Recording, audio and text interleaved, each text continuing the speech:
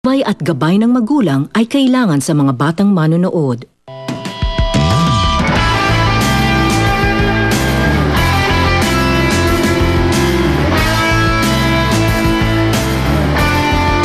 And now that Lucrecia is out of this company, I'm appointing you as her replacement. From now on, you will be the head of our PR department. Inakarin mo talaga ang pagpapa-impress kay Papa, kaya mo siya nautong ma-promote ka. I'm going to convince the board na wag i-approve ang promotion mo. Sa alphabet, una pa rin ang B kaysa sa E, kaya nauna pa rin ako sa'yo. Alam ko naman yung ginagawa mo eh. Dumihan may isip ko para magalit ako kay Josh. Pero hindi mangyayari yan, Natasha. Kasi mahal ko si Josh. Matibay yung pagmamahal ko sa kanya. Leave me and my boyfriend alone. Pwede ba mag-usap muna tayo? Bakit mo inaway si Natasha? Sabi niya sa akin na siya pa daw ang mahal mo at hindi ka daw masaya sa akin. Bakit ka naman maniniwala, ha? Tama naman siya eh. Hindi pa rin siya nawawala sa isip mo. Label lang ang meron tayo. Alam mong hindi kita mahal. Kaloka mag-LQ. Wala silang breeding na dalawa. Call Paramount Magazine for sponsorship meeting regarding 100 sexiest women. Lumablife ka na lumablife. Ako nang bahala dito. Hey, Candy, good morning. Si Ma'am Natasha lang ang binabati ko dito. Talaga? Si Mama Natasha lang ba nakakasampal sa'yo? Gusto mo sampalin kita? Joke lang.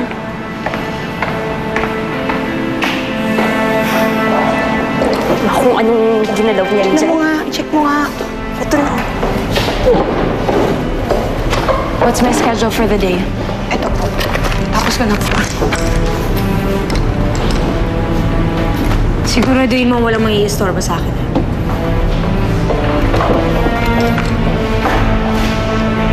High blood ako sa mga tao. Alam mo, tama lang yung ginawa mo. Tama lang na pinatulang mo yung Natasha yan. At tama lang na sinabi mo lahat yun kay Josh.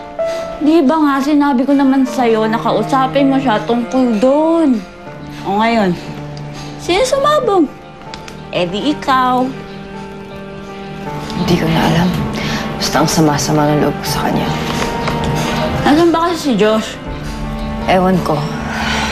Kagabi tumatawag siya sa akin pero ayoko kausapin siya kaya rineject ko yung tawag niya. Diyos ko, kay bago-bago niyo pa lang. Pinapaiyak ka na ng lalaking yan. Eh, anong plano mo ngayon? Alang namang deadmahin mo lahat ng tawag niya. Ewan ko ba? Hindi ko na tayo alam. Bahala na siguro. I just feel really bad, man. Pare, you should. Ikaw naman kasi talaga may kasalanan eh. Kaya nga ako nag-guilty, di ba? Alam ko yun. Pare, mali naman kasi yung ginagawa mo sa kanya ngayon.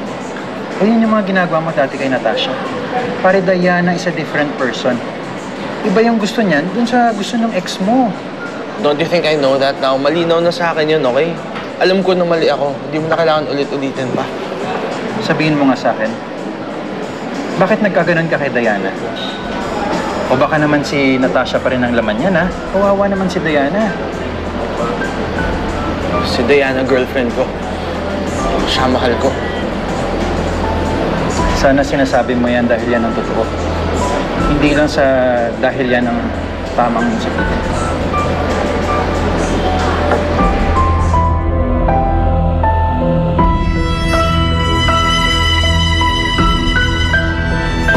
Pinagsasagal niya yung kabaduyan at kadramahan mo sa buhay.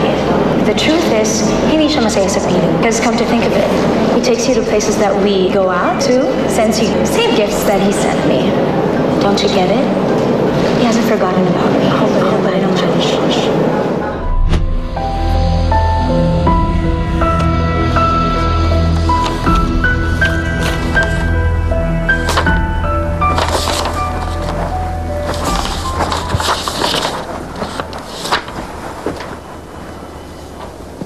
Let me guess, stupid fight with a boyfriend? Sabi ko naman sa'yo, huwag ka maniwala sa kanya, hindi pa. Ayaw mo makinig sa akin. So ngayon, problemado ka na. Are you supposed to be in your honeymoon stage? Well, that's for couples who love each other, truly. Meron ka pa bang kailangan pagawa sa akin? Avoiding the topic. Okay. some paperwork. Please review my comments. Revise accordingly. Hopefully, you keep your mind on the job. Because kung si Josh ang laman ng utak mo, isa lang mapapayo ko sa'yo, Diana. Hiwalay mo na.